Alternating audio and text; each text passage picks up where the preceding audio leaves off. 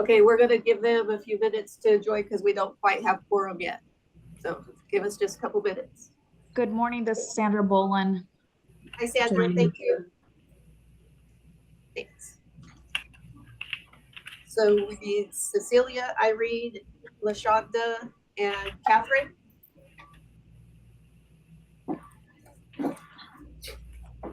Okay, just a minute.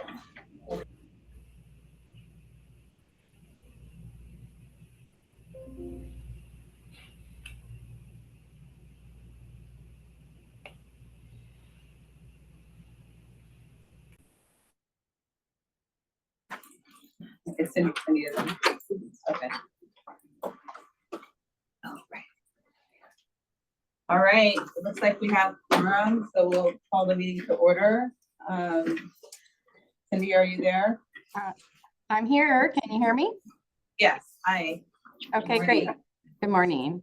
Hi. Okay, we will call today's Project Steering Committee meeting to order, and it is 9:01, so right on the dot. First of all, we will have the agenda review for today's meeting. And that includes, we will discuss the action items and approval of the minutes. We will have some informational items about Benefits Cal, our release and policy update, the report status update, Fresno Gen AI update. We will have a presentation on the M&E risks, ICT status update, a roadshow update, procurement update, state partners update, our regional priorities, and then the meeting will be adjourned. And so at this point, this is the public opportunity to speak on any item not on the agenda. Public comments are limited to no more than 3 minutes per speaker, except that a speaker using a translator shall be allowed up to 6 minutes. The public may also speak on any item on the agenda by waiting until that item is read and then requesting recognition from the co-chair to speak. All lines will be muted when the meeting begins. To unmute, if you're connected via computer, click the microphone icon. When connected via telephone, press *6. And so just wanted to ask to see if there were any public comments on an item not on the agenda.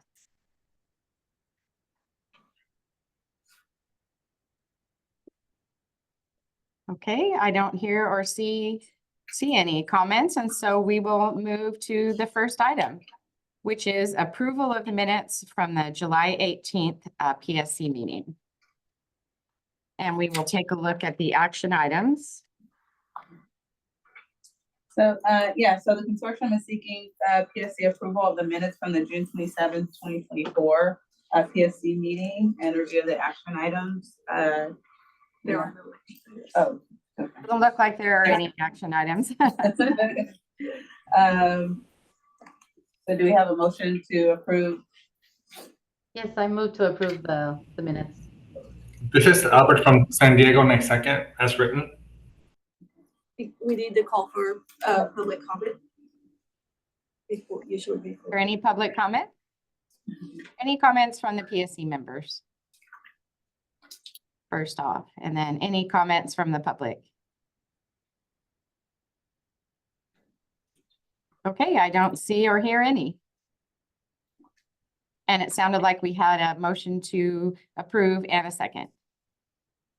Yeah, I know Albert did the second. Can you tell me who did the first? That was Elaine. Irene. Elaine. Good morning, Irene Weisner, LA County. Oh, Irene. Sorry. Thank you, Irene. Okay. All right. Can you do a roll call vote? Yeah. Okay. I'm gonna see who's here. Okay. Clarissa. I approve. All right. Lynn. I approve. Eduardo. I approve. Ryan. I approve. Okay. Cindy.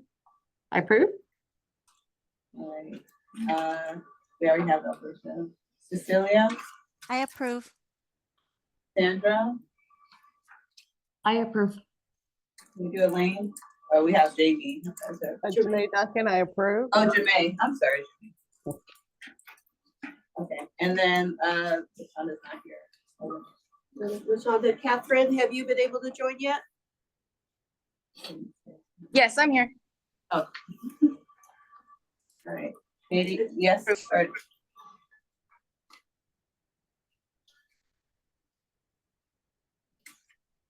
is it yes, do you approve? Yes, Katie? yes, approve. Okay.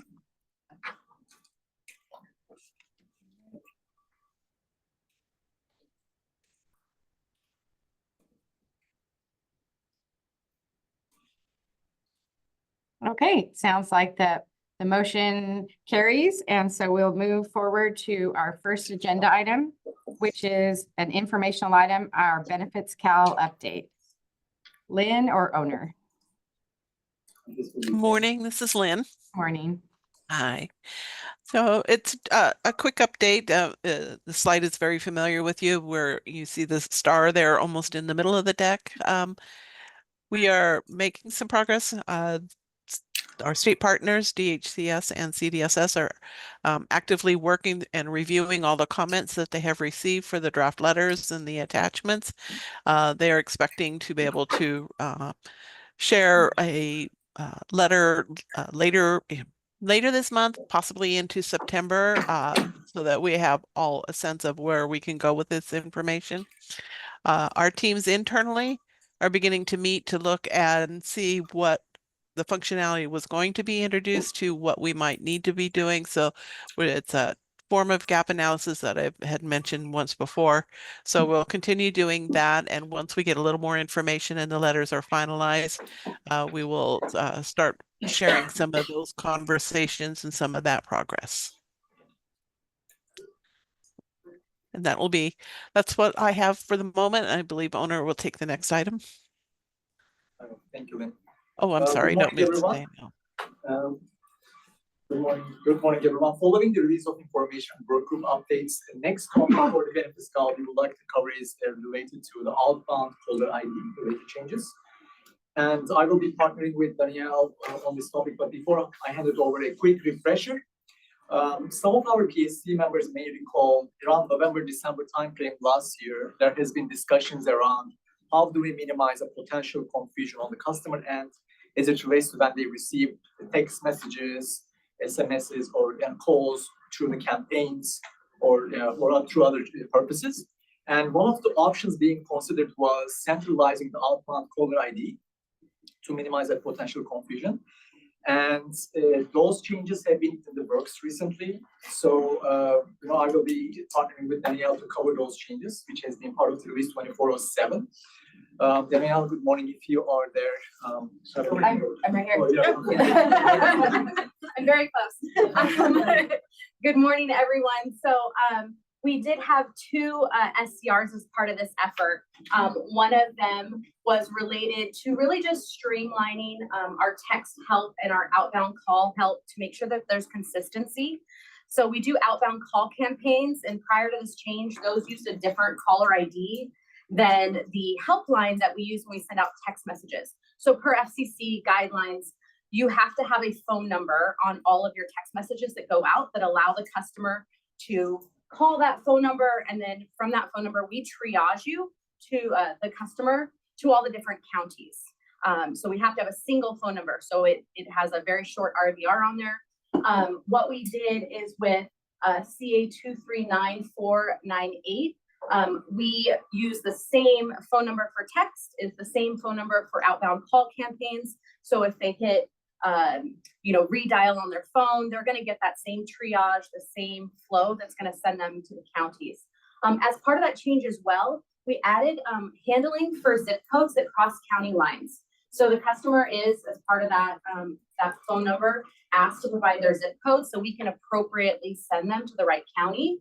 And then we also added that cross county. So if that zip code exists in multiple counties, the customer can then select what county they want to connect with. The second change that was in the 24/7 baseline was the big change that changed all of our campaigns for text messages. They all require, per FCC and carrier guidelines, to have a campaign header. And so it was CalSAWS. we changed it to Benefits Cal as that is our outbound customer branding. So they all say Benefits Cal now at the top. Some of the text messages, because Benefits Cal is a few characters longer than CalSAWS, did require some rework.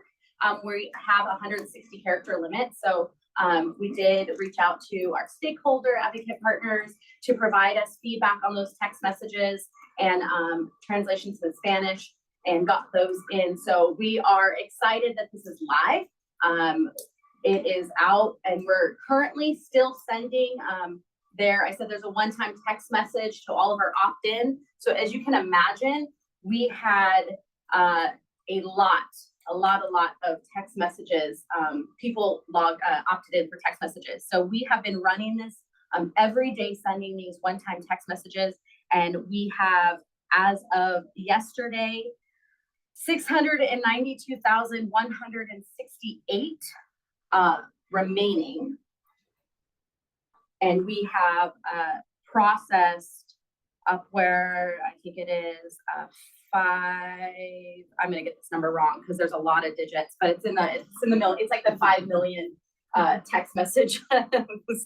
So. And that's it for the outbound call updates. Back to you, Honor. Thank you so much. For the next slide, if you don't mind, it would be perfect. Thank you. Following the outbound caller ID updates, next item we would like to share with our PSC group today is the key enhancements and system improvements being delivered this month and next 2 months. Since we met last time, July release 2407 was deployed to production on the 25th of the month, and for this month in August, the monthly release is scheduled on the 29th of August. And the 2 key highlights I would like to share with you this morning. First is related to the ABOT implementation. ABOT implementation is something is in the works right now. We have been working with our UCD stakeholders. They have a dedicated slide coming up, so I'm not going to get into too much detail right now. But the second item I would like to share is about the change usability improvements that is going to be delivered for customers on the customer dashboard as it relates to providing them more help and how-to videos. So for this improvements, we created some customer journey maps and studied them, but it makes more sense to provide the help material on the dashboard itself instead of asking them to go to the help center and search for the help content. So they will be getting the help when they need, on the point after this change, which is coming up this month on the August 29th. Moving on to September, in the month of September, 2 key highlights here. We have been working with the SSA team closely. 7 new enhancements to the SSA assisted applications functionality is being implemented on the month of September. We will be also turning the flag on so the SSA assistants can start using and start submitting the CalFresh applications through the benefits account. So those changes are going to be part of the September release.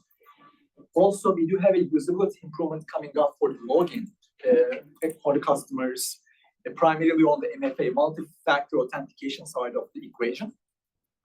You may recall customers are now asked to pick an email or a phone number before they log in for MFA purposes. And with this change, they will have the flexibility to switch from email to phone during the login if they did not have their email available, if they chose email before. During the login, for example, oh my God, I chose email before, I have my phone available, can I switch it? They will be able to do that after this change coming up in September. Last but not least, for the month of October, we will be adding a new language to the benefits column. We have 20 languages currently being supported. The 21st language is coming up, Simplified Chinese, the Mandarin. It is targeted for the fall of this year for benefits column. So these are the key items from the release highlights and the system improvements standpoint. If you don't mind going to the next slide. And the last item for the benefits column updates I would like to share with the PSC group this morning is related to the ABOT implementation. And for CalFresh, able-bodied adults without dependents, you may recall this has been a state waiver issued and which is expected to expire this year in October. With that date in mind, we have started working on the changes based on the policy. And the changes on the benefits call side, including adding ABOT exemptions for the AFB flow, apply for benefits flow, on the benefits call and displaying the about time limit on the customer dashboard, so they have visibility on how much time is, how much they have on their dashboard. Also, some additional capabilities on the customer dashboard, so they will be able to report about exemptions, report the work requirements, or they can request corrections through also submit through the support request channel. So overall, these are the scope of changes that we have been working on. And overall, if you look at the big picture in the timeline standpoint, we had started these activities with working our UCD stakeholders, CWDA, advocate partners, ACIU, around May timeframe, and the design discussions have been going on. And thanks so much for everyone's input so far. We will be wrapping up the design this fall and targeting to complete implementation early 2025, which is the January release right now, which basically means production deployment is targeted January 2025. Then anything that you would like to add that I missed here? Yeah, thank you. Yes. So as the owner explained, that we know that the statewide waiver was set to expire in October. We do know that the state has pursued another waiver for a year. We're waiting for the official notification on that piece. CDSS is working with FNS to get that. However, we're still moving forward with this based off the regulations that are currently in place and getting everything set up for the event of when the waivers start being lifted. Because we also are planning and know that waivers at the time when they get lifted could be either lifted statewide or per county. So we are also taking that into design consideration. And as far as the project moving forward, we do know and have some other activities planned with further county engagement. I rallied around with a few of the folks this morning on approaches to make sure all of our counties are engaged in what this means, a little bit of what you're going to see and what's available to the customer on Benefits Cal, and what does that mean for the counties as they're picking up this information that's coming in. So that isn't quite listed here, but we do have that, and we have engaged some county eligibility workers during the user-centered design approaches. They had several conversations with staff that had worked on the ABOD programs before, and as you can well imagine, finding those folks with that kind of experience is a little more difficult than it used to be, considering how long the waivers have been going. So we do know that this is going to be an impact for the counties. You will be seeing some more communications coming out. We're evaluating some methods to be able to share this information with all of you to make sure it gets spread across the wide variety of your line staff and maybe some of your management staff so that you know what's coming up. Thanks. Thank you, Ben. So this was the last item for Benefits Cal. Cindy, I will be coming back to you for any questions. Okay, great. Thank you. And I'll see if there are any questions from the PSC members. I have a question. Sure. Danielle, the caller ID thing, so that 844 number is what will show up on their phone when the texting happens? The number that was displayed on Yes. yes. So, okay, so that's what will show up, and then if they call back that number, it's routed to the county's call center, correct? Yeah, it says welcome, I believe it says welcome to the Benefits Cal text and calling helpline. Please enter your zip code. Okay. And it prompts Based them. on that zip code, it goes to they get the county's Mhm. call center. Yep. Okay. And for counties who don't have a call center, it goes there. All counties have a CalSAWS IVR. Mhm. And so it goes to that IVR and we'll work through the normal process. Thank you. Very well. Okay, and it looks like Sandra has a question as well. I have two questions, but one is around that phone number and the zip code.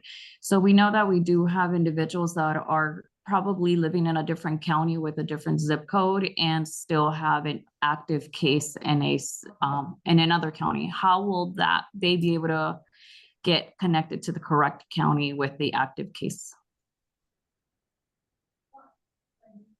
And I'm talking about ICTs that are still pending active in another county. Yeah, there is no special handling for ICT in that helpline. It is on the customer to provide the zip code for where they're trying to reach. If they have moved to another county, but they're trying to find the home county, I mean, they can select their old zip code. We haven't had that scenario come up, so I can take that back to see what handling we might be able to do. If there's just a county list, I don't recall the full call flow off the top of my head. Okay, thank you. Oh, the second question, sorry. In the second question, yeah. So Lynn, I know you talked about the ROI and I know you're gonna work with the team on research and the gap analysis and all that good stuff. Is the goal that the project work on training that will be provided to the counties once all this is figured out? Yeah, we actually anticipate it's going to be a multifaceted training because it includes the counties and it'll also include our CBOs because how they operate and utilize the flow. So I would expect that yes, we'll be able to do versions of some demos so that you can see the end-to-end process too to help you build your county processes. Wonderful. Thank you so much for that. Okay, thank you. Any other PSC comments or questions? And any comments or questions from the public? I have a question. Excuse me. I have a frog in my throat. Okay.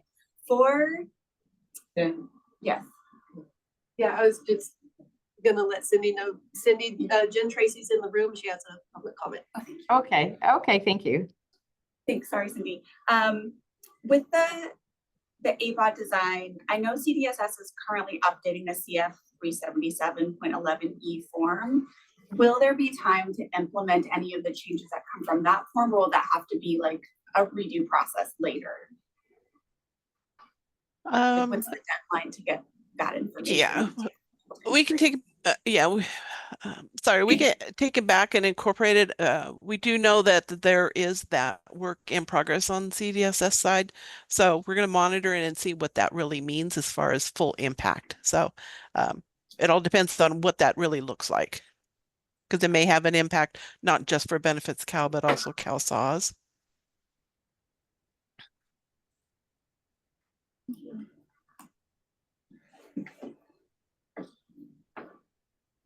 Okay, is there any other public comment?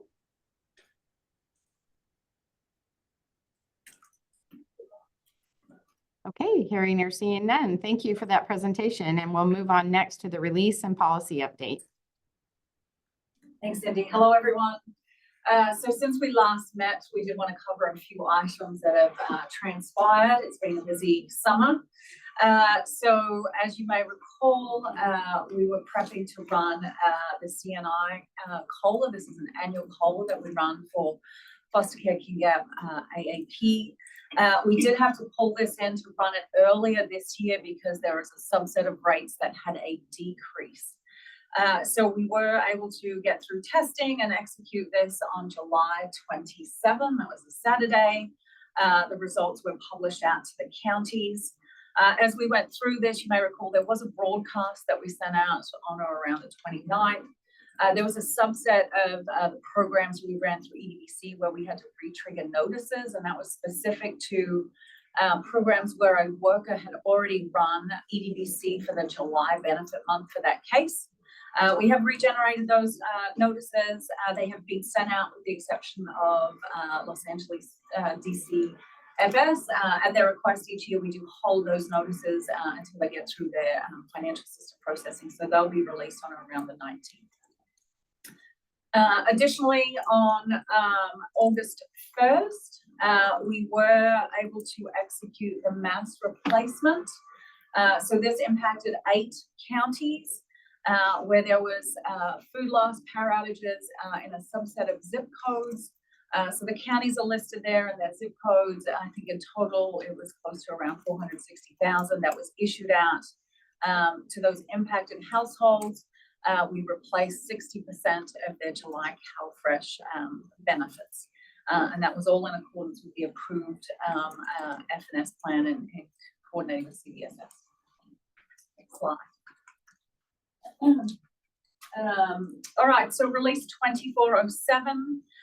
So again, to recap this item, we delayed the release by 1 week. This was because during regression testing, we found that we had an issue where a couple of priority releases had not been integrated into, at the time, what it was our 2407 future branch. They were in production, but not in that code branch. So subsequent to obviously getting, redelivering that code, retesting and getting it deployed on the 28th in parallel, we have been working on the root cause, how that came to be. It was a bit of a head scratcher really, because I know for folks who've been around a while, this was the first time we had seen this. You know, to date, we've done the 3 baseline releases plus the 4th one, as well as 100 priority releases. So ultimately what we came down to is there was a tool upgrade, a tool that the developers use if and when there are coding merge conflicts. Again, they don't happen that frequently, but when we're working on a piece of code that's also being updated in a future release, you have to resolve those items and make sure that the latest code is put in the branch. So this tool was automatically pushed out to all our developers without any pre-warning. And unfortunately, with this new version of the tool, it changed some of the default settings on how code merges are handled. So once we had that determination, we took a number of action items across the project in conjunction with our quality assurance vendor. We did go back and look at the tool and make sure that all developers changed the setting. And we have documentation that all developers did that. We've held and continue to hold training sessions on the new tool, how to appropriately apply the settings. We've updated our documentation because again, it was an automatic push out, so the documentation was not updated in advance. And we will be revising this process in the future when tool upgrades happen. It had been some period of time before this tool had a new version that we had to go to. That being said, you know, we know software vendors change versions. So we'll be revising the process if and when this version changes in the future, so that we'll be you know, documenting what the changes are, training developers, testing it before it actually gets pushed out to production. When I say production for our developers, their development suite. So there's some of the actions that 3 of them have been completed. 1 is still in process, being that future process. And I will pause here. I know Dan is in for QA to see if you wanted to add anything. I'll just add a little color because QA was involved in the finding as well as the root cause analysis. You have a general release every 2 months, you guys know well, includes several thousand hours of effort. In between that 2-month period, you have some priority releases that typically include hundreds of hours of effort. So the way it's 100 of hours is you test what you built, you roll it out the door. It's critical that that stuff go back into the subsequent priority release. And that's the root cause of what happened here. So the analogy today is we're in August, the priority release went out yesterday. Great. We also need to put it back into the September general release code base. When we do root cause analysis, we look at people, process, and tools here. The 3 people that helped us find this had a combined 30 years of experience, so it wasn't a new person forgetting to set some value. It was a change to the defaults in the tool itself that wasn't anticipated. Once it was found, it's pretty obvious how to train people, but those training slides are over 40 pages long. We saved you from that detail, but know that it's out there and it's rolled out to each of the developers what they need to do to get this right. The last thing I would add from a sort of a belt and suspender standpoint is you have an automated regression suite. It has over 1,200 scripts, and that's really how this was caught. So with each of those priority releases, you test what you built, and then in that general release, you test that you didn't break anything that you had before. So I'm glad we found it. It was quite a surprise because I can't recall a time where we've had a general release delay. It's probably because Arnold was out, it was his fault. But we now know what the root cause is, and we can make sure it won't happen again, at least the specific example. We're also going to re-engage on the tech tab process to have some app dev review of that when their tools are impacted. Thanks, Dan. So let's roll forward to the next slide. Again, lots of priority and core release activities occurring. So in this month, there are a couple of changes that we're putting in regarding the Child Health and Disability Prevention Program. So in coordination with DHCS, we've been working on a series of changes. The first phases are going in at the end of this month. And so we have an interface that's being switched off. Again, that program is sunset. We are removing some of the publications from the renewal packets, as well as removing them from the template repository, but there's also some questions in data collections that are being removed.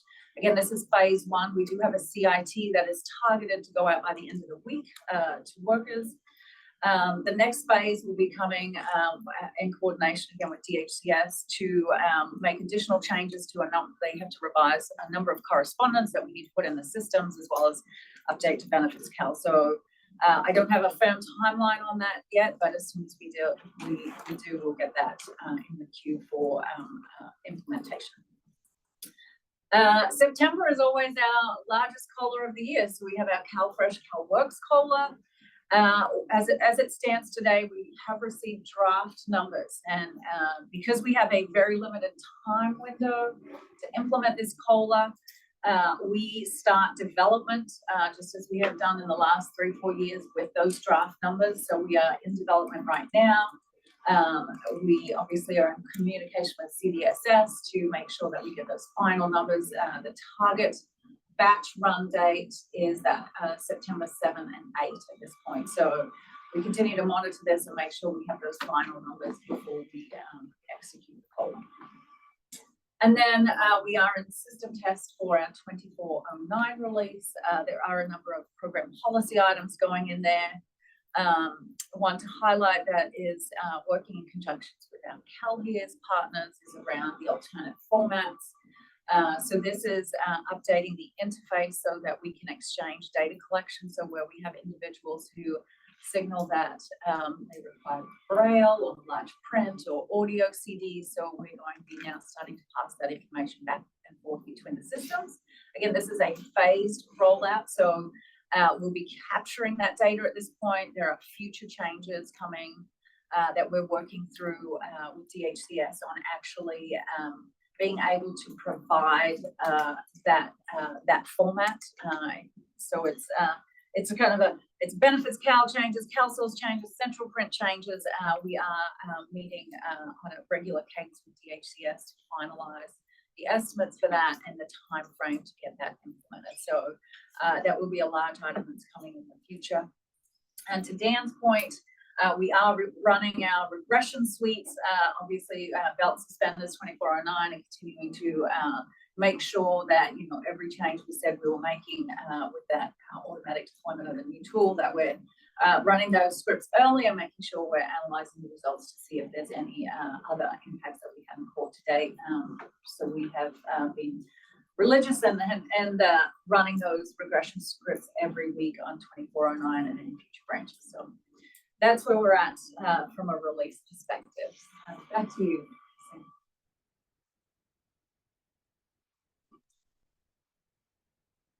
Okay, thank you. Any questions from the PSC members?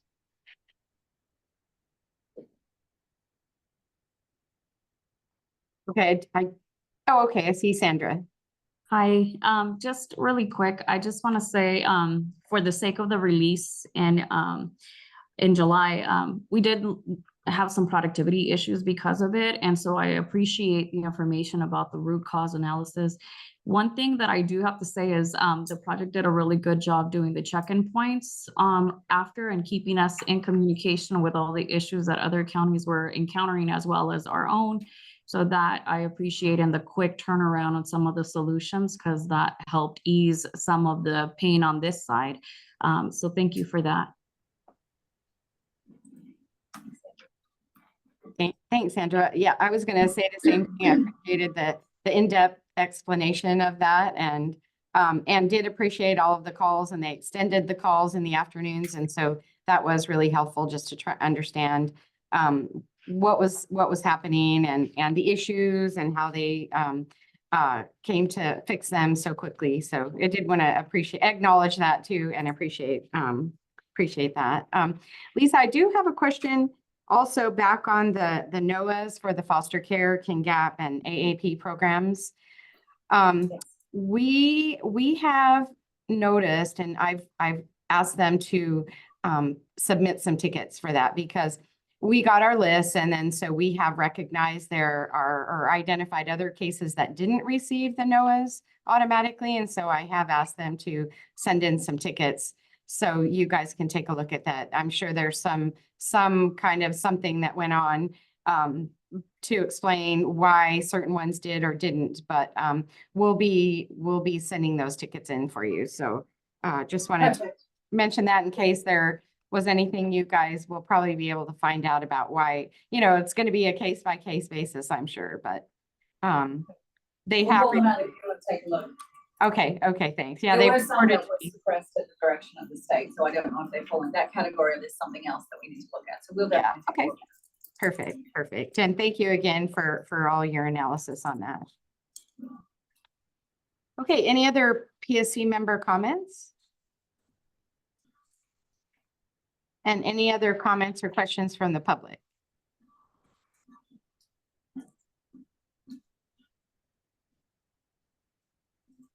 Okay, thank you. It looks like then we'll be moving on to the report update with Sean.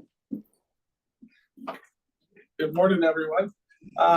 Short update here on reports. This first slide here goes through everything we've updated just since the last PSC. Did I say JP on the slide? I certainly did, didn't I? So I'll say since the last JPA. If you can see, there's a lot of reports on there. We did a lot of focus, particularly on our fiscal and state reports. We've seen huge declines in our backlog of open defects. A couple of the big things I do want to pull out here is our first phase of consolidation of our fiscal reports has gone in. This was one of our largest, probably the biggest pain point I think the counties told us about when we were doing our listening sessions over the winter was why do I have to open up 90 to 100 reports to produce my state claim? So we've now started to reconcile that. We have another phase going in a few more months. At that point, the counties will be in a much better position to quickly produce those reports. Additionally, we had talked a bit about things that happen upstream that can impact reports. The second item I put in here in top changes was another interesting one where when you're counting people, we set an indicator saying, is this person federally funded or are they non-federally funded? And sometimes we have the concept of other. And what that other usually means is county funded. What we had found in some reports that weren't expecting county funded, that they would exclude it altogether. And in other reports, they were counted as state funded. Turns out in this particular situation, they shouldn't be allowed to set other anyway. So we're working upstream to make sure that that doesn't happen. But we also want to make sure that the reports handle it the same way consistently throughout. So that was an interesting kind of experience going through that as well and learning from what the counties are seeing. I'm going to go on to the next slide because I know we had talked in last previous meetings about fiscal. We do continue to see a lot of progress on fiscal. There's not much left out there. We have 5 open defects. I'm not going to list all of those there, but they all have current targets between now and the next baseline release. We also, again, had that functionality change to increase or decrease the number of reports produced. We now have 5 open SCRs from the committee, so that's an increase from the last time we met, showing that the committee is meeting, the committee is reflecting what they want to see coming out of the reports, not just the already existing priorities. So that's good there. And again, focusing on upstream things that may come out, which means the reports are working, by the way. If you're reconciling, you're like, this doesn't make sense. And I'm making eye contact over here. I do this every PSC. I'm not really sure why. But it means the report's working, right? If you find something and we go, oh, that's the report's right, it's something upstream. So another thing we found is some mixed aid codes, meaning that the system is saying these people who are on these aid codes can be both state and federally funded. Well, those aid code definitions have changed. And so they need to be set to state only now. So that is coming through on reports. We found it, the reports committee brought it up, and now we're going upstream to fix that issue. So it's a good experience all around. One thing I do want to bring up and ask for assistance with from everyone here in the counties is we are starting to see an increase in late files, particularly fiscal files. And it is causing us to do a significant volume of reruns. On the last committee meeting, we said there's about 46 reports we had to rerun. Now, since that meeting, we've had to rerun 99 reports. So we are meeting with the appropriate people. We are starting to even go back to the reports committee and saying, hey, part of the reason why you're having slightly behind reports is we're getting your files late. It takes us an extra 3-4 hours and to produce your reports for you, so they're not ready first thing in the morning. Unless you turn it around really fast, and then sometimes they still are. But it all depends on what has gone on in the county to cause that to happen. So we are working with the right operations folks between the counties and as well as our staff. But if there's anything we can do on our side as well to help reinforce that, please, send that message down and make sure that we're making progress there as well.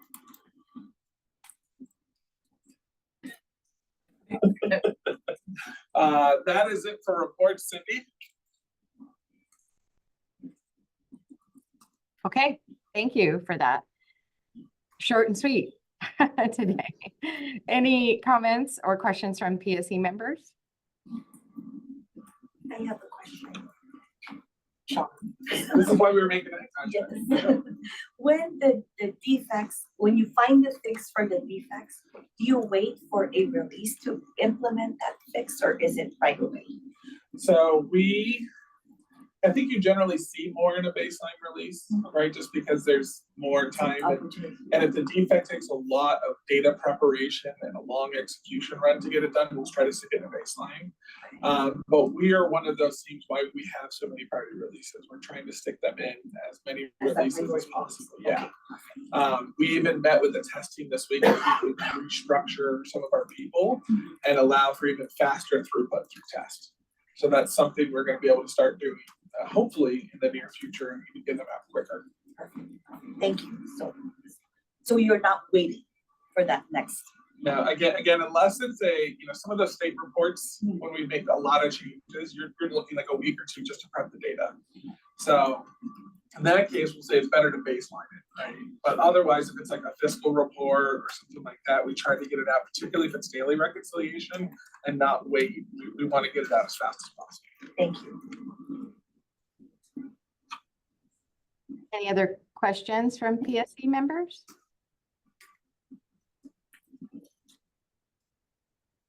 Okay, I had a couple questions. So thank you for the information, Sean. Always, it sounds like you're making a lot of really good progress. So thank you for that. And so just in general question, I guess, with all of these SCRs, it looks like there's a lot of fixes going in, and that's really great on those defects. Are the fiscal folks being notified separately, or how are they understanding that these fixes are going in? Is it just the regular process, or are they getting something special? Or just want to make sure that we're highlighting for them this is happening and these fixes are going in, and maybe with that fiscal report that comes out, or just curious as to how we're kind of making sure that they're in the know about these fixes. Well, let me start off with how a normal committee would get notified, right? So a normal committee, you meet once every month or two, maybe quarterly. Hopefully, there's not many committees meeting longer than quarterly. But, and then they would find out maybe through a communication, or they get through the release notes and they can see that coming. What we're doing is every other week, we're meeting and going through all of those defects. Not only do we go through them before they go into production, we go through them after they've gone in production as well, saying here's all the fixes we put in. And then that's communicated in writing as well as through the release note process as well. So I feel like we have better communication just because of the volume and focus on reports that you would normally see.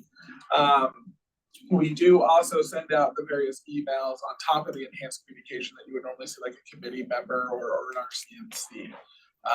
So I would say probably, I would be amazed if someone did not know versus didn't read the email. But in some form or fashion, Cindy, I would say we're doing a really good job of keeping everybody up to date on everything. Great, that's great. I know sometimes if you miss something and then it's like, oh, I didn't realize that was fixed already. So I appreciate that extra communication because it'll help, especially the fiscal people who sometimes may not, like you said, read in general communication that comes out.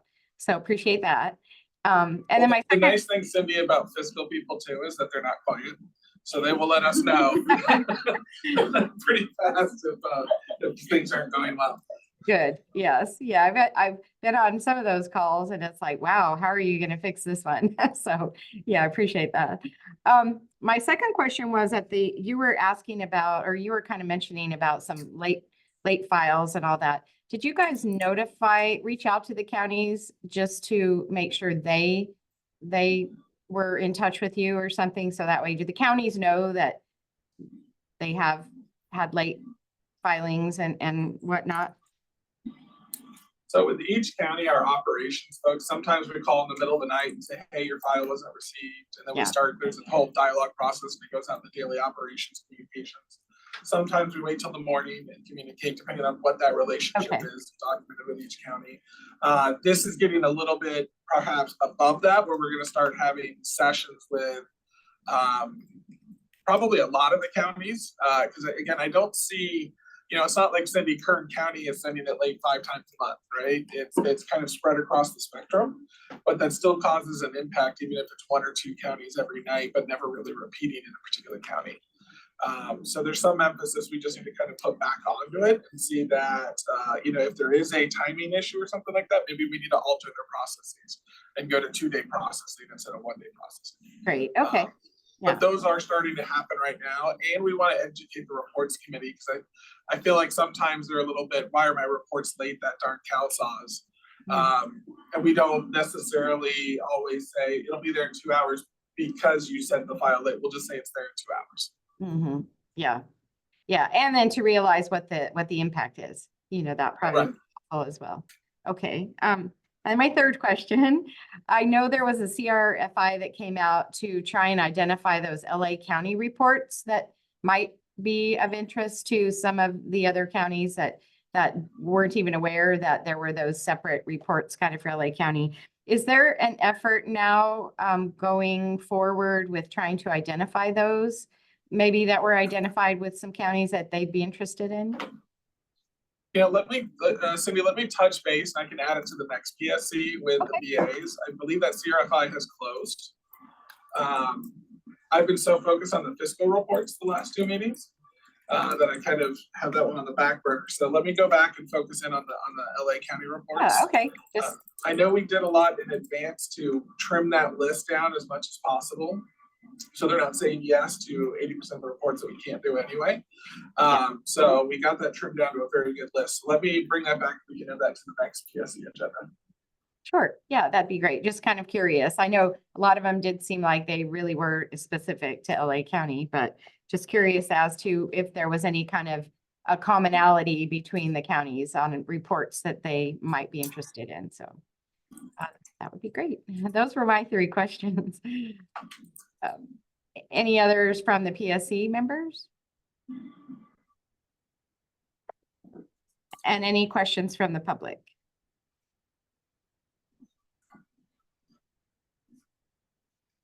Okay. Then I think we will move on to the Fresno Gen AI update. So thank you. Awesome. Hi, everyone. My name is Andy, and I'm on the Gen AI team. We're excited to share out an update on Fresno Gen AI Call Summary Assist. The Fresno Gen AI Call Summary Assist solution was fully deployed to production in June and July. To ensure a smooth and risk-minimized deployment, we deployed the solution in 3 phases. We have some key performance metrics here on the slide to share with you. Since launch through the beginning of this month, we have generated 23,037 summaries. 100% of summaries were generated within 60 seconds. The average call end to summary end time was 8 seconds, which means that eligibility workers receive the summary very quickly following the conclusion of the call. We are seeing a 12% reduction in the average post-call wrap time and a 10% reduction in the average handle time of the calls, which demonstrates that the solution is saving eligibility workers time. We are seeing 82% of the GenAI summary content retained, which tells us that the majority of the GenAI produced content is unchanged by the eligibility workers. We have been sending out weekly surveys to eligibility workers where they may provide feedback on how the tool is working for them, and we have been utilizing that feedback to improve the solution. The suggestions from the feedback largely include comments around room for improvement in recording clients' names, dates, phone numbers, and addresses, and feedback around the summary sometimes being repetitive or sometimes lacking details. We do have a release next Thursday where we will be implementing 6 new enhancements aimed at improving the summary output. We'd like to share some positive quotes from eligibility workers that we received in the feedback survey. The first reads that the solution works at capturing the main points of the call, so eligibility workers only need to make minor edits. The second quote reads that so far it's a great complement to our duties. And the last quote here reads, I am finding the assistance quite helpful in closing out phone calls more accurately and efficiently. Keep up the good work. That concludes our updates. Thank you very much for your attention, and I will now pass it back to Cindy. Cindy, one thing that I did want to add here, if you look at the 82% retention of the content, we should also consider, we might need to drill down on what content is being adjusted, because I would suspect based on the suggestions below, a lot of those changes are things that, like a name, how you pronounce or spell a name or address or things like that, which the solution wouldn't specifically know how to capture properly. So, but we'll have more granular data on that. Absolutely. Yeah, thank you. Yeah, it sounds very helpful. Appreciate having that, and of course, we'll all be excited as to when we can jump on the bandwagon for this and just help where we can get assistance with our call center agents. So any questions or comments from PSC? I have a quick question. The 23,000 summaries that were generated, does that mean not all calls required a summary to be generated? Or were you just kind of picking and choosing which? It's a great question. So right now the solution is turned on for all English calls, and so that number corresponds to the number of calls that we have received in that time period. I would also say though, with Fresno, they didn't do all calls. They were only doing certain programs. I thought initially with the certain call queues. They ran. It wasn't all.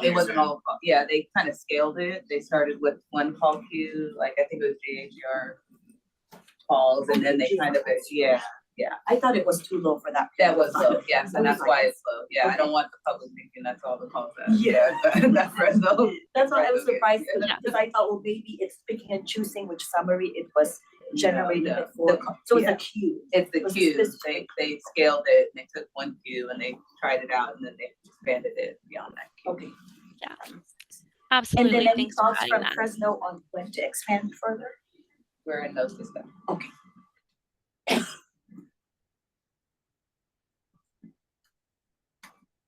And so, yeah, thank you for that question also. And so is it still considered like a pilot, or when will it be determined that this is successful? And is it once they get all of their calls, I guess, like moving through all of their queues? Is that sort of the intent then with the pilot? No, I think right now for us, yes, it is still a pilot, just because there's some other features and capabilities that have to be in place before we would say that this is, a fully scalable thing. But for right now, Cindy, yes, it is still a pilot. Great. And then I guess just based on what you mentioned that it was English only, is there the capability to expand it into other languages as well? For example, Right now it's just English only.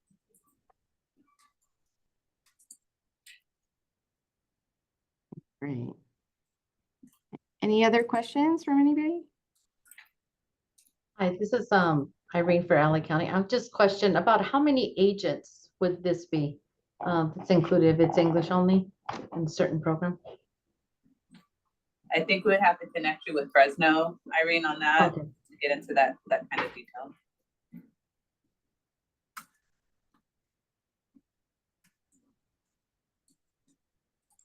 Yeah, that would be interesting too. Like, was it their whole call center or yeah, we're excited about it.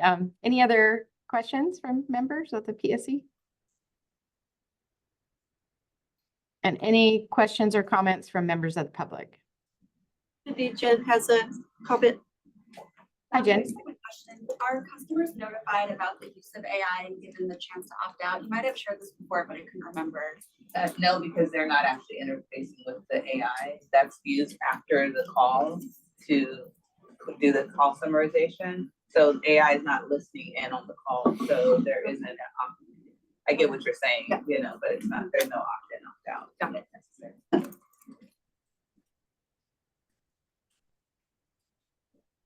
Okay, any others? Questions or comments from the public?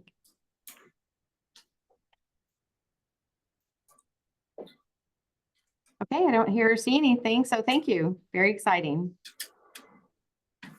And now we'll move on to another exciting topic, our M&E risk. The most exciting topic. So Cindy, I'm very happy to hear that you're excited to hear about our risks. I have good news on the risks. Our total number continues to decrease.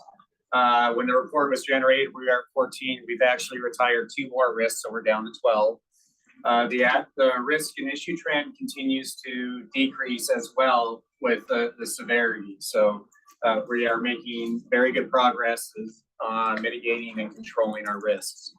If we move on to our next slide, I will continue to call on my friends to help me out as we go through this. And we'll start with risk 102. So Holly, would you like to take that? Sure. So this is just our ongoing risk. We continue to track, monitor, mitigate through our collaboration with our state sponsors. And I think we shared last month that we did make some process improvements working with PHCS. Thank you so much for working through with us through those process steps. And we are now practicing those steps with the first submission of our fall budget process. We submit a list of premise items. We submitted that on August 2nd. And so that is now going through the fall process with state sponsors. So continue to monitor and track. Thank you, Holly. And 203, we have Peggy or Nicole that can talk through 203. Good morning, everyone. This is our risk that we at the project continually look at our communications to ensure that we're meeting the needs of all of our counties and our stakeholders. I will later on in the agenda, I have an update on a couple of the initiatives that we've been working on this. But as we move forward with reporting out on this risk, we'll be fine-tuning the information to make it relevant and clear for all of you to know where we are. So later in the next on the agenda, I will talk about a couple of other things that are included in here, such as our roadshows. So back to you. Thank you, Peggy. And Lynn, if I could have you cover 246 and 290, please. Oh, hello again. Yes, the perceived gap in functionality with Get CalFresh may impact the adoption of Benefits Cal. As I've been reporting out, we've been adding pieces of the technology already. We have We've been working with CDSS as far as prioritizing the remaining items on there and an approach to work on that in order to meet all the timelines that we need to for the Get CalFresh to sunset next year in September. We're beginning the messaging and working on that. One of the items that owner even spoke about earlier that is related to this is the Social Security Administration being able to submit applications as they interview SSI applicants and recipients for CalFresh. Getting that enabled has been an effort we've focused on. I do anticipate we will be sharing some more general information to help all of you counties understand, some of the pieces that have been introduced and where it is that looks like that we're meeting that perceived gap. The next one is the recently released ROI policy, lacks clarity, which may create privacy and liability exposure for the counties. So that recently released letter was back from May of last year. We do know, and as per the updates have been providing, as we have new draft policy letters that are in process and due to be released probably in the next month or so. So we will continue to keep you updated on that, including what it may look like as we get ready to look at the automation and some of the support and the training that will be needed for ROI once policy is all finalized. And I will turn it back from there. Thank you. Thank you, Lynn. Sean, if you could cover 296, 297 on the reports. So again, 296 and 297 are kind of two flavors of the same ice cream there. 296 is focused at state and fiscal reports, and the 297 is focused at ad hoc and management reporting. On the state and fiscal reporting front, we continue to have our biweekly meetings. They continue to be attended by 250 to 300 people every other week. We have a fiscal committee meeting coming up next month on the 25th. One of the things I did want to let everyone know is that we're doing a slight change in our scheduling of our targeted sessions. What we were doing before is we would have a targeted session where we would lay out some baseline documentation, then meet again like a month or two later and then do all the documentation. So the feedback we were starting to get is, why are you meeting with me and talking to me about this twice? That's a lot of time. So we're now scheduling the targeted session to occur at the same time as the functional design documentation comes out. So that saves us effort, saves the county time on the phone, and overall allows us to be a little bit smoother, more efficient with our time. So we will see the next targeted session pick up in October, where we're going to be going over the 1037, or I believe that's a CAPI report. We also did deliver our second group of functional design documents. So we're up to, I want to say 13 or 14 that have been delivered to the counties. And we're going to continue to produce about 5 to 10 of those every release cycle to back to the counties as well. Last update on this, and this will be the same for 297, we were originally going to schedule another survey for the summer based on feedback we got from the counties. Basically said, please don't send me a survey. We will reschedule that for some time in the fall or early winter based on that feedback. One last update on the management side of things. We did meet with the counties to go over GIS. This is a way to take a report and sort of overlay a map so that you can kind of see, where my data is based on zip codes, based on supervisor regions, my district offices, whatever kind of geographical representation the counties want. Because this is the number one priority on the management committee. And we learned a lot of interesting things about different tools being used in the counties, different types of maps the counties would like to see, whether based on their board of supervisors, geographic separations, zip codes, zip +4s, which led us to some USPS research, but that is also underway. It's something I know RMs we had also all talked about as well, of making sure that that happens. So that is in flight as well. All right, thanks, Sean.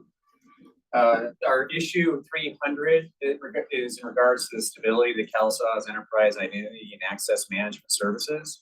We've made significant progress and have seen stability since early June on ForgeRock through additional configuration changes that we identified through the additional monitoring that we put on the service.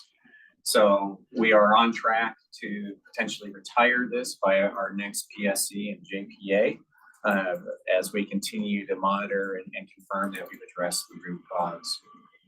On 302, this risk has actually been downgraded to a green risk, but I'll still talk about it. And that is there could be customer dissatisfaction and county frustration unless courtesy callback configuration and e-gain reporting is improved. We've seen significant progress on closing out the issues with the e-gain reporting. We are still working with e-gain leadership to maintain that level of diligence and address the remaining gaps there. In addition, the contact center team continues the county visits and will be wrapping up with those first round across all counties at the end of August. And this risk is also on track for potential retirement within the next month. So Cindy, with that, that is the summary of our risks and issues, and back to you for questions. Okay, great. And it was very exciting. Yeah, especially the last one. The contact center team is with us at our county today. So we appreciate that, so that we just learn more about how to better use that what we have to use. So anyway, thank you for that. Any other questions or comments from the PSC? I do. Question. Sean, can you repeat the information on the next targeted session? So the next targeted session is September 25th on the 10:30, the CA 1037. And that's timing with the next delivery group of the functional design documents. Thank you. And then quick question on the e-gain reporting. Yes. Can you give us just an update on what's going on there? Because I think some counties are still continuing issues. There are still some open issues with e-gain. Yeah. We are actively working with them to resolve those. And so if you continue to see the issues, please continue to submit the tickets, and we will continue to work with e-gain on the rapid resolution of those. Perfect, thank you. It might be worth adding, I think, some functionalities being added into Click as well. Oh. Yes, we are running some proofs of concepts around expanding the reporting through the Click, which is our data lake for CalSAWs as well. So we are looking at other options on how we can further enhance the reporting that's becoming available regarding those contact center services.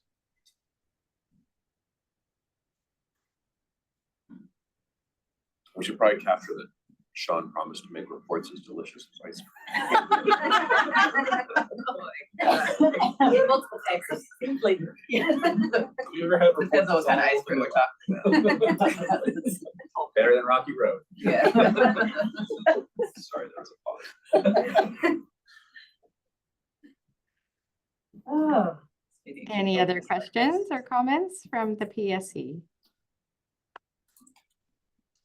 And any questions or comments from the public?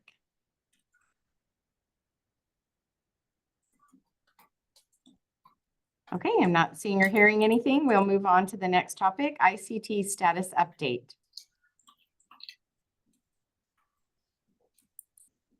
Good morning again, that's me. So last month, we did hear from all of you regarding ICTs being, a concern and issue for some of the counties. So since then, we have been working really hard to get information on ICTs. So what we've done thus far is we've gathered our feedback on ICT pain points from the counties. We are currently analyzing that feedback and identifying the trends, and then we're going to be preparing some recommendations. Next slide, please.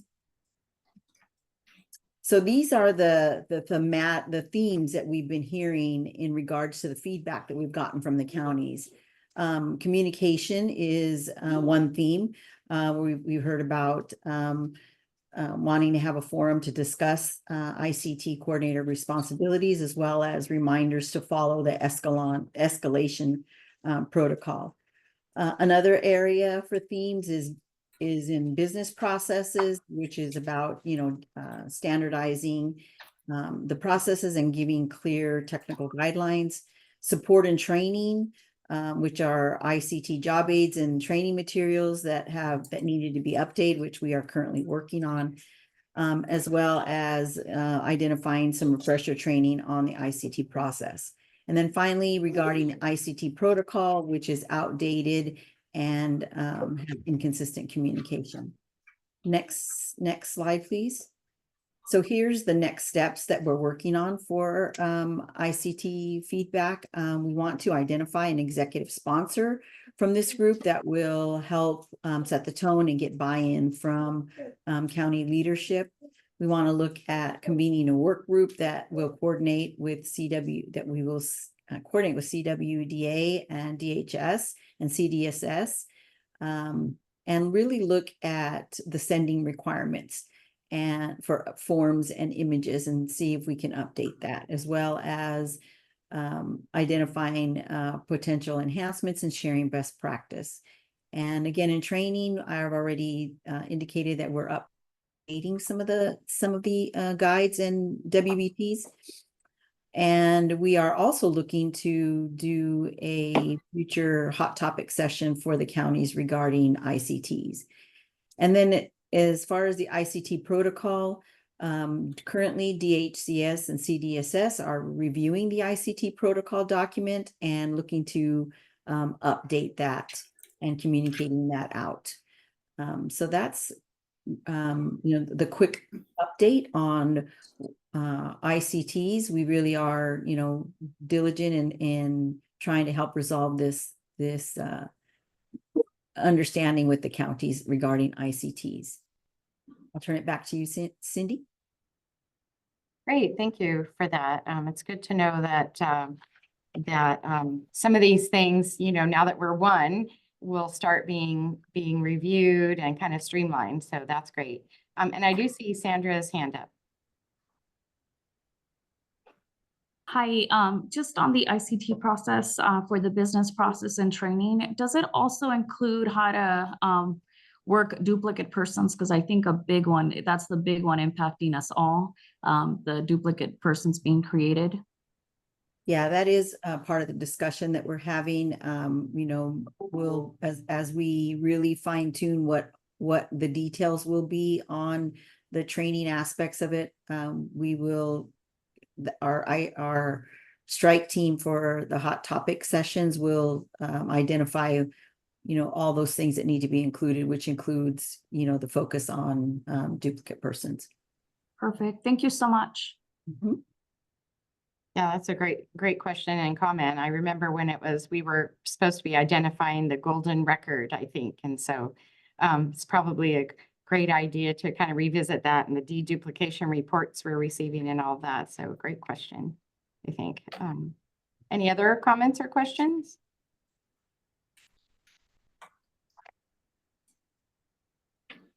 Okay. Any questions or comments from the public? Did Tracy ask?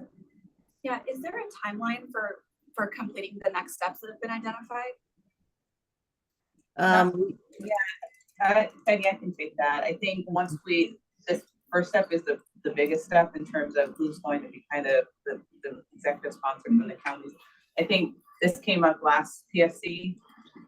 As we continue and we're kind of hardening some of those things, I think in the next meeting, if not that one, the following one, we'll have a really kind of clear timeline on that, but we just are responding right now just to the last PSC. But yeah, you can expect a timeline here shortly.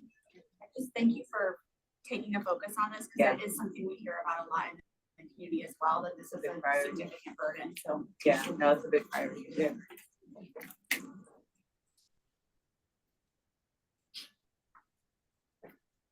Okay, I don't see any other comments or questions. So we will move over to the roadshow update. And I think that's also you, Peggy. Yes, thank you. So I'm happy to report out that we have concluded our focus on our M&E roadshows, which in these roadshows, we really focused on providing education to all of our counties, or re-education to all of our counties regarding our governance and our processes that we utilize. We wrapped up in the month of July with our July Roadshow, which covered the topic of release readiness and CalSAW's county validation.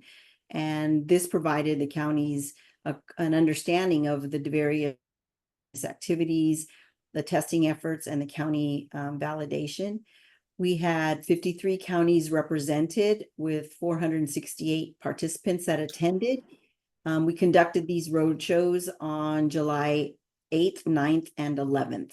And we did get a few comments back from the counties, and this is just an example of one of the comments that we got back, where they indicated that the information was valuable and that the presenters did a pretty good job in keeping the counties engaged and accommodating with their questions that folks asked.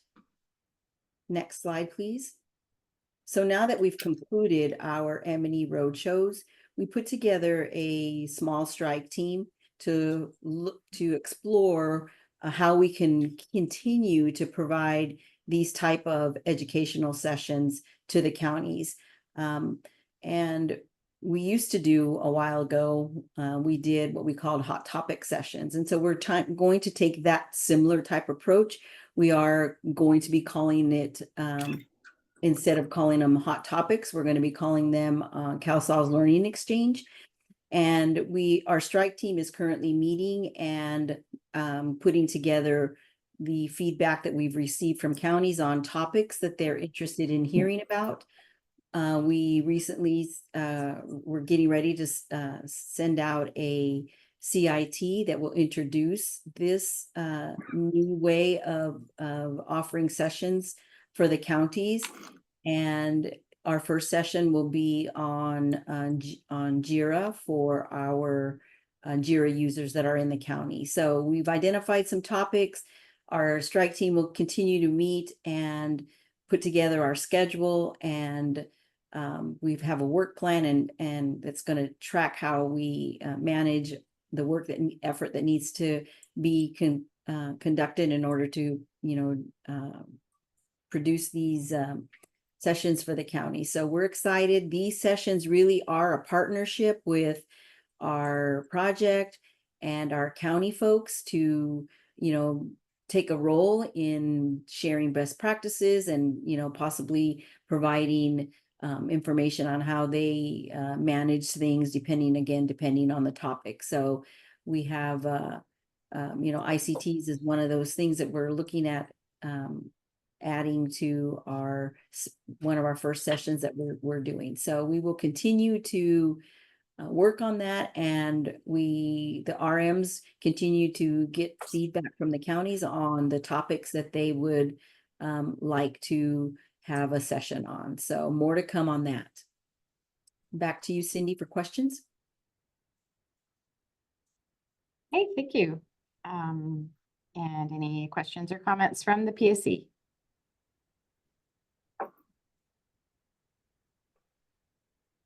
Okay, any comments or questions from the public? Okay, great. Glad they're continuing forward. Sounds like there's a lot of good interest there, so thank you. And then I think we move into procurement update, and I'm not sure if Tom is on the call. Cindy, this is Holly. I'm covering for Tom today. Okay, great. Thank you. So the first update is just on our M&O procurement. Our appeal process continues. We've got our hearing scheduled for August 30th. The panel then has 20 days to deliberate, determine their final decision. That is planned to complete by September 19th. For our Benefits Cal procurement, we are on schedule. Proposals were submitted as per the schedule by July 30th. We did receive 3. The proposals were reviewed for compliance and qualifications, and then we moved to the next steps of the evaluation next week. So all on schedule and on track. And that is the update. Back to you, Cindy. Sounds great. Thanks, Holly. Any comments or questions from anyone in the pub? Oh, PSC members first.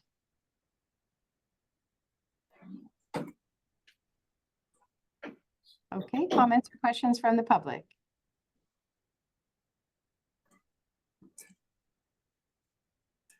Okay, seeing none, we'll move to our state partners updates. And first up, OTSI. Good morning. This is Patrice Yang with an update. On July 25th, OTSI received CMS approval for the CalSAWS M&E and infrastructure agreements. And on August 13th, the CalSAWS Portal Mobile Contract Change Order number 9 was formally submitted to FNS for federal approval. And that concludes our update. Thank you. Okay, and next we'll have CDSS. Good morning, this is Cecilia. I just have one quick update. CDSS has become aware that many counties continue to process the EBT 2259 report of benefit theft manually without entering the claim into the CalSAWS form.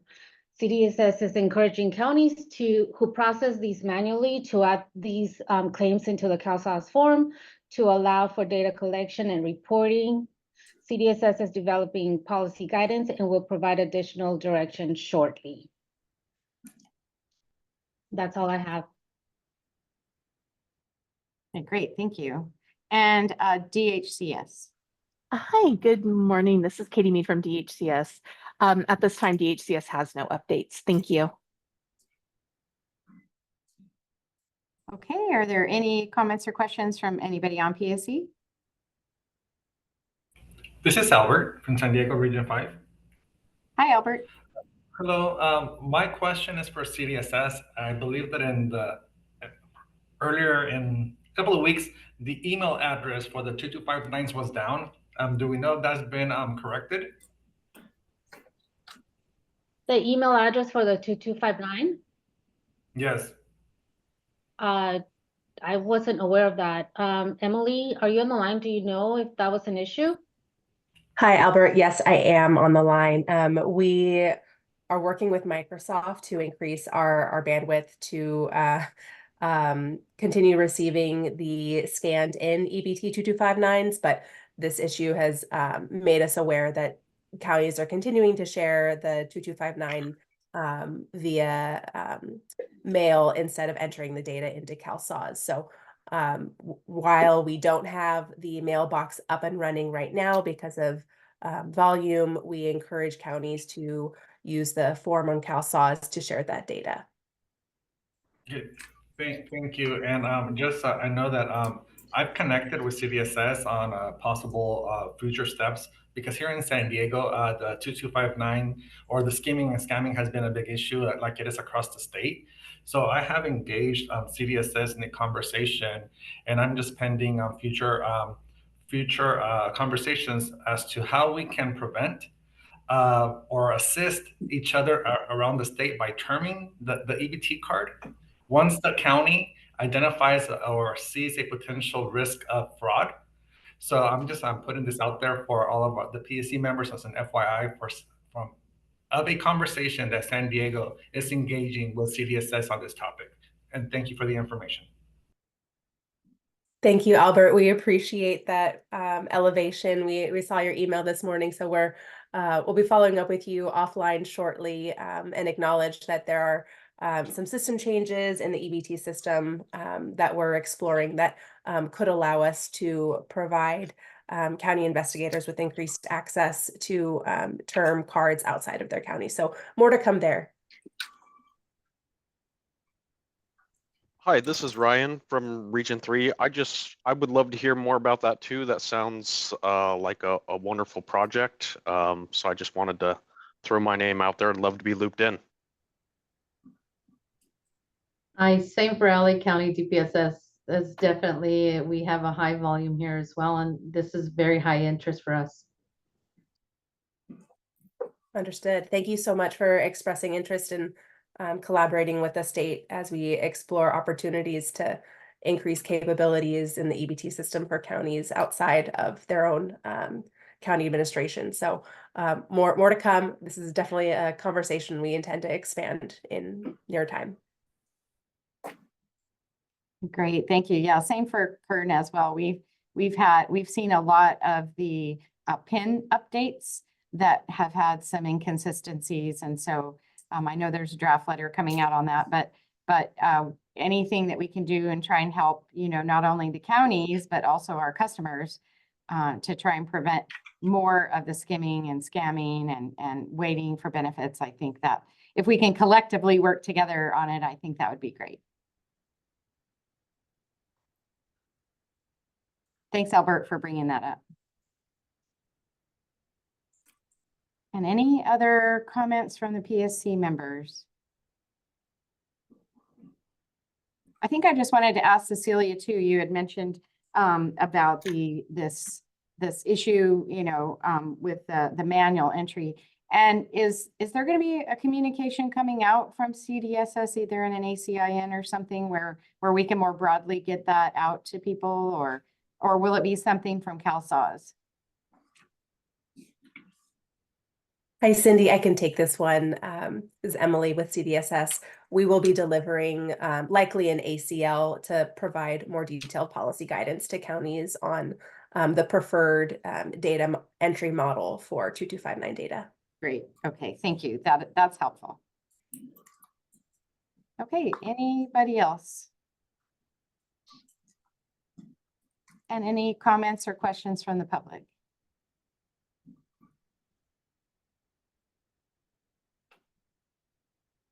Okay, thank you. Thank you for those updates. And now we move on to the regional priorities. And I'm just going to be traditional and start with Region 1. Morning, Lynn Perez from Napa County. So we do have 3 priorities for Region 1. The first priority is the correspondence change that will make NOAAs available for manual generation with all available fragments applicable to each NOAA. Region 1 counties are very interested in the SCR and tracking it closely. Number 1. The other 2 is something that we've been talking about. I think this is very much of interest to everybody, is enhancing the ICT process. That's something that we'll go to now that we're all in one system. We'll really want to see that flow go a little bit smoother.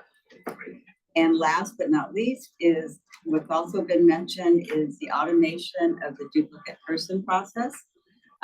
Duplicate persons have had a large impact to our county workload. And after conversion, and we are hopeful that the automation can assist counties and streamline the process. So those are our 3 priorities. Great, thank you. Okay, moving on to Region 2. Good morning, this is Eduardo for Region 2, very similar to Region 1. So starting off with our top priority is, of course, reports. So appreciate Sean's information earlier for giving us some updates on that. Likewise, our number 2 is our cross-county business, which is ICTs and duplicate persons. So kind of following the trends here, no disagreements there. And then our final in the top 3 would be the timeliness of policy changes and when they're actually put into CalSAWS. So that is what we're looking at for Region 2. So thank you. Thank you. Okay, Region 3. Hi, everybody. This is Ryan Bishop from Region 3. I just want to say I'm already excited because these priorities are definitely aligning with what we're seeing up here in Region 3 too. So we definitely have ICT and duplicate persons. And another big one was timeliness of things being put into CalSAWS, reduce the need for manual NOAAs and manual EDBC runs. Reports came up quite a bit, and we're diving into that a little bit more to get a little bit more specifics. But another one we had was some of the issues around mid-period actions and change reasons, excuse me. Yeah, so that's what we got for Region 3, and I really appreciate the updates on ICTs and hearing that these things are lifting up as priorities. So exciting. Thank you. Great, thank you. Moving next to Region 4. Hi, good morning. Very similar to what the other regions are reporting, our priorities are ICTs. So I appreciate that there's something coming up on that. Contact centers, reports, and communications are our 4 priorities that we have identified. Thank you. Thank you. And now Region 5. For Region 5, or priorities are session management logout issues. So not all CalSA services are synced to the same session. Workers are experiencing frequent logouts if services are not refreshed regularly. This was the #1 issue brought up by the end users and the offices. Also, workload management intake scheduling, so improve pages and tools to CalSAS and to help counties efficiently manage and maintain employee workloads, automate intake assignment, and maintain appointment schedules. And lastly, county filter on person search pages. Adding a county filter on the person search pages will help narrow down the search when we receive limited customer information, helping customers identify the correct records quickly. Thank you. Great, thank you. And then moving on to Region 6.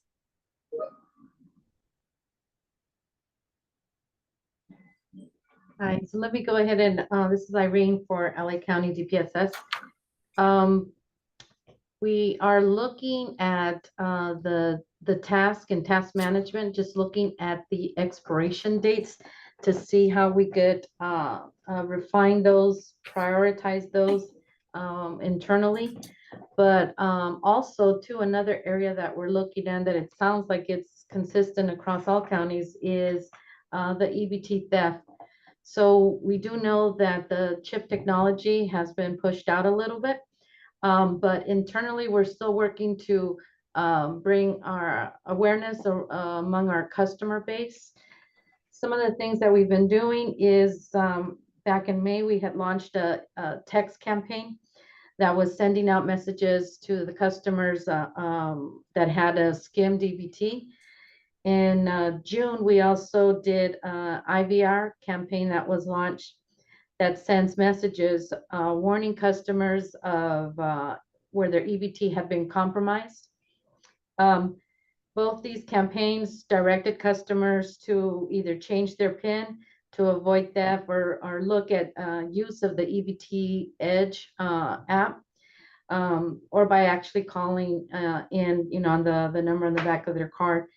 But we continue to share best practices with the customers, letting them know change their PIN regularly, sharing on our social media platforms. But we have seen a slight reduction in July of 15%, and that's with that EBT Edge app. That's really been helpful. But I was wondering if any other counties are doing anything unique to alert customers or internally to remind staff on how to share this information. So maybe together we could collectively reduce some of the EBT theft.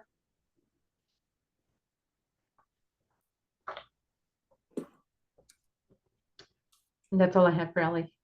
Okay, thanks, Irene. We haven't done anything other than what you've kind of mentioned, so nothing significant. I don't think, other than passing out what we do, and maybe this is when somebody comes to get their EBT replacement, we do pick up. So we print in the office. We give them information at that point.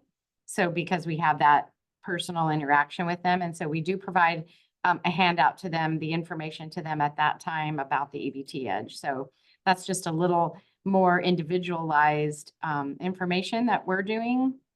And I don't know if that's helpful. Irene, in Riverside, we do play we have flyers posted in the lobby monitors, playing consistently on EBT fraud and EBT Edge, just to continue to share the messaging. Okay.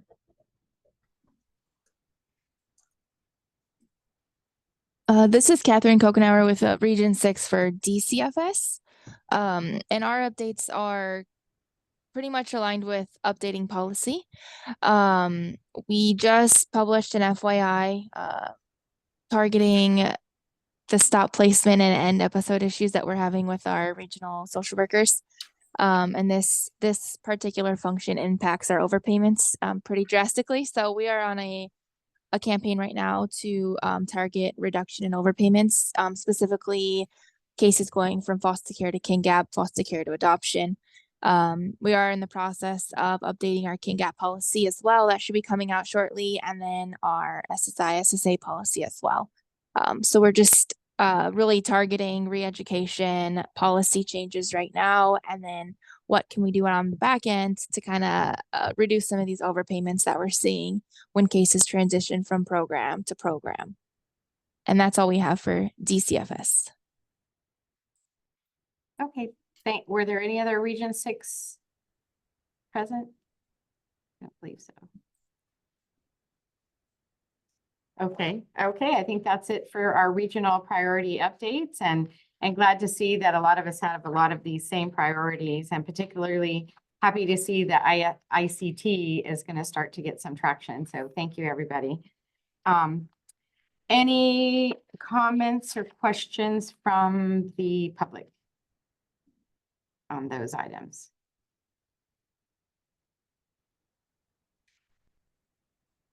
Okay, well, with that, I think we are ready to adjourn the meeting, and it looks like it's 10:35.